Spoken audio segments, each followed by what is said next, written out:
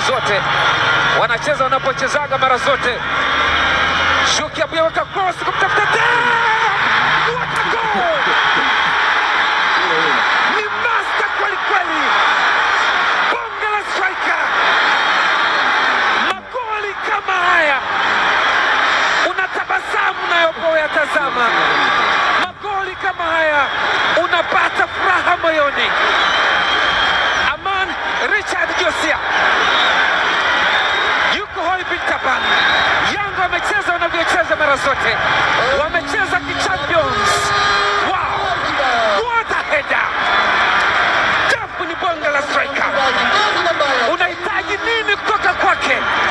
Kwa nini Yanga amemsajili? Definition ni rahisi, ni afunge magoli, ni bao la 3.